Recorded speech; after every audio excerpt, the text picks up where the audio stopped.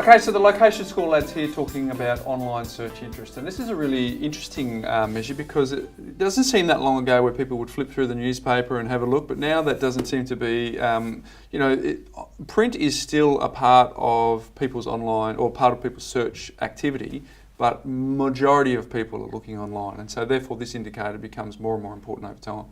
Yeah, so what it is exactly is you jump on realestate.com.au, you look for 4-bedroom houses in Lidcombe, and half a dozen pop up, or however many.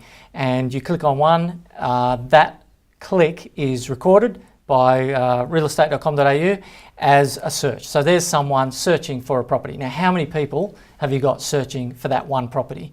And if you keep track of all of these clicks, all these page visits, you can get a ratio of the number of people searching per property, and that's what the online search interest is.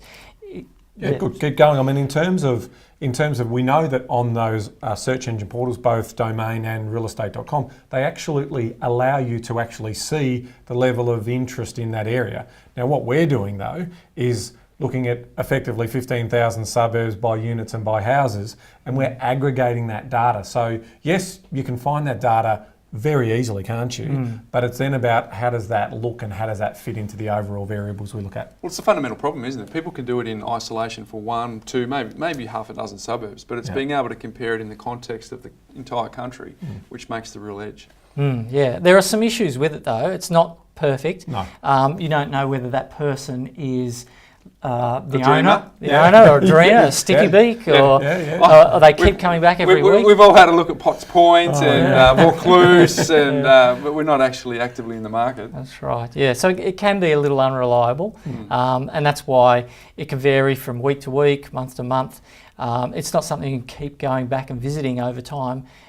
You need to look at a historical chart to see the line of best fit. Where is it roughly? I mean, last week it might have been at 100, and this week it's at 20, but overall it's been sitting on 50 for the last 6 months. So you want to iron out all those kinks. What about seasonal trends in that data? Because at the beginning of the year, you've got people who have got New Year's resolutions, and they've dream building. In July, they've got end of year financial bonuses.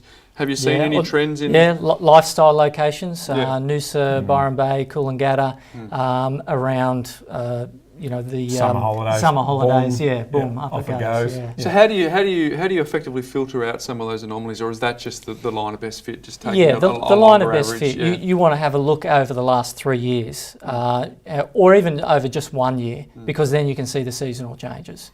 Yeah, I agree. I mean, it's really important to understand that this is not the one you would go out and bank on capital growth. No. Of all of the variables we're looking at, this is almost like, all right, check, all looking good, okay, and that one's not too bad either, as opposed to, so in other words, the weighting that we put in the score is not as significant as what, say, stock on market would be, or yield in terms of that type of thing.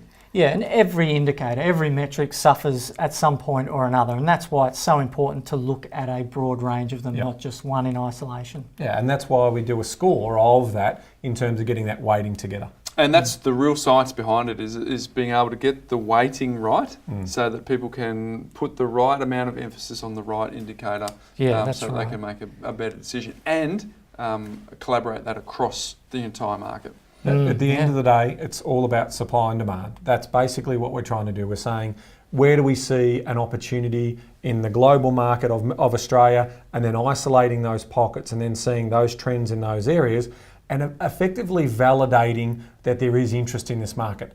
The worst thing to do for capital growth is to buy in a market where there's no interest, because you're going to be sitting there and there's opportunity cost, isn't there, Jeremy?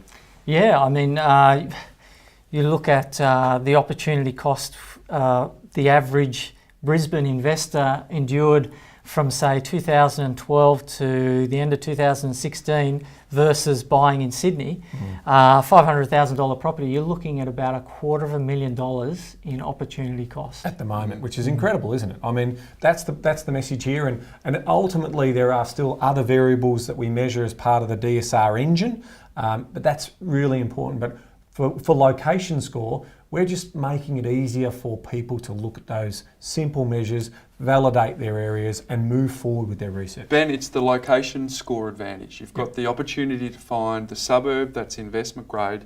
You're using the years of experience from the DSR data engine that Jeremy has poured his life's work into. He calls himself a data nut job. It's a fair indication that bringing together all of that data across all of these markets, helping people be able to sort of filter that down to an area that they're investing in straight away, it can't be done on a manual basis. No, it's the subject matter expertise that brings that together. So it's all well and good to look at lots of data, but it's about reading those insights. And Jeremy is, one of the best in Australia at determining those insights and tweaking and weighting those variables to get the best result.